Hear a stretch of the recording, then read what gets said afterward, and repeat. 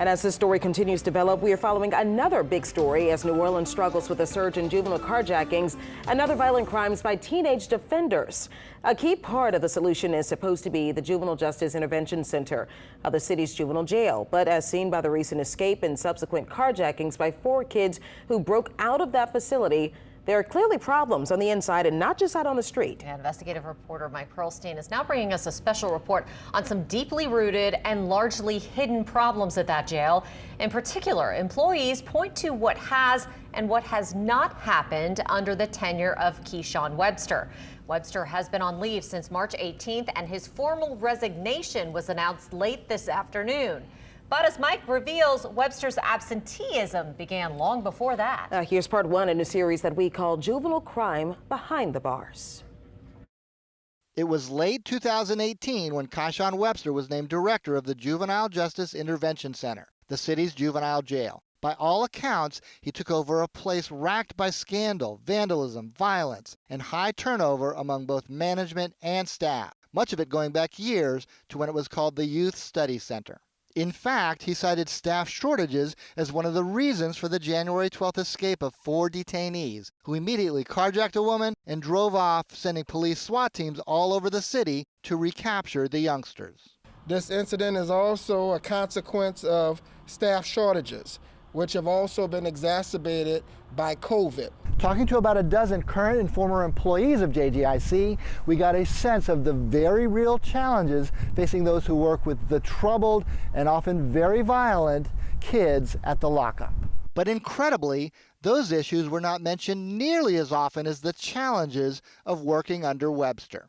They were actually running people who were qualified away. Morale was horrible. It was downhill every day. Like I said, I would go to work and I'd be afraid to get out that car. Some people are just ran off, and that's the honest truth. Just ran off from the job. Webster said after that escape, the lockup has only 47 of its budgeted 103 employees. According to employee accounts and city records, that's a problem he not only inherited, but seems to have exacerbated. These civil service records show that since January 2019, 50 employees were fired under Webster. Another 79 left voluntarily. This former supervisor, who asked us to hide his identity, said employees felt like they were walking on eggshells, both dealing with the kids as well as Webster and his executive staff. And anybody who tried to go against him, you no longer work, you no longer have a job. Because that's how we lost a lot of people. He was so intimidating. Everybody was afraid of their job. And would you say he berated employees? Oh yes, big time. Profanity?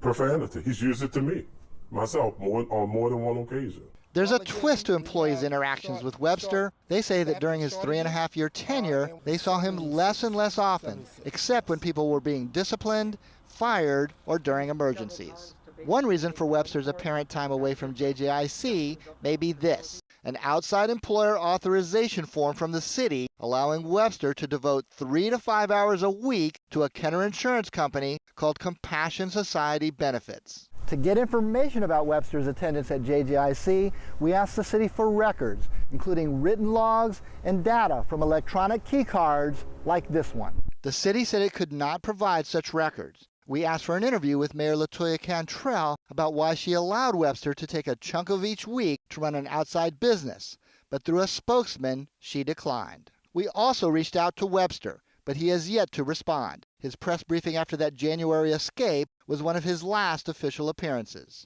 Employees confirmed that Webster was far from a daily presence at JJIC. You can go a week or 2 at a time of not seeing him. But he was never there, never present. He was handpicked to try to rescue a very troubled agency, but you're saying over time he was barely there? Yeah, he was barely there. Because from my understanding, is because he had his other businesses. He had 2 other businesses. The employees say Webster was open about Compassion Society benefits. His LinkedIn page lists him as the founder and director of the company that he incorporated in 2016. Webster was featured on WWL-TV in 2020, talking about how his insurance business covers family leave due to COVID. But again, not a word about his work for the city. We are prepared to actually cover the whole United States, and we are Yeah. Webster also included his 12 years as CEO of Operation Reach, a nonprofit education program for youngsters that melted down in scandal after a federal audit found nearly $1 million in grant money unaccounted for. An expose by the Lens investigative website in 2012 found extravagant personal spending by Webster on top of paying himself a salary of $130,000 a year. The scathing audit appears to have been a death blow. State and local funding agencies yanked their grants. This Secretary of State filing shows Operation Reach's status as inactive since 2014.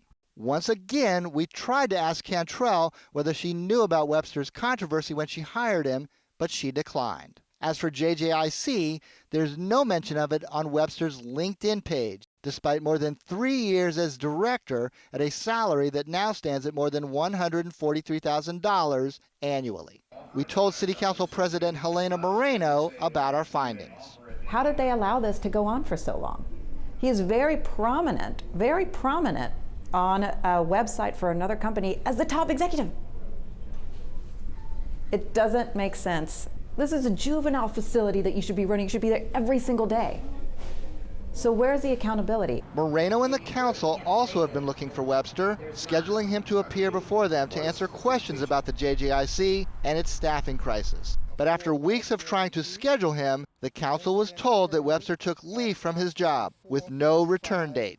At a Criminal Justice Committee meeting on April 12th, 3 other city administrators laid out the case to open up applications to people outside of Orleans Parish, waiving a so-called residency rule. But the proposal was shot down. Council Vice President J.P. Morrell said Webster's absence was one of the reasons he could not vote for the waiver.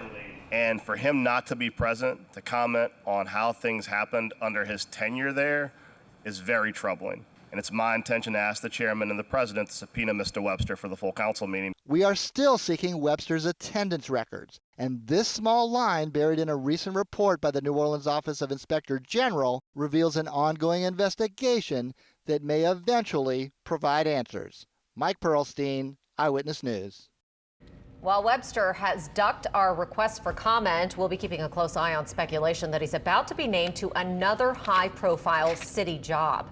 Now, in part 2 of his investigation tomorrow night, Mike is talking to JJIC employees who say they were either unfairly dismissed by Webster or run off the job. At the same time, highly qualified candidates who applied to work at the understaffed lockup have been ignored. That's all new tomorrow night in Juvenile Justice Behind the Bars.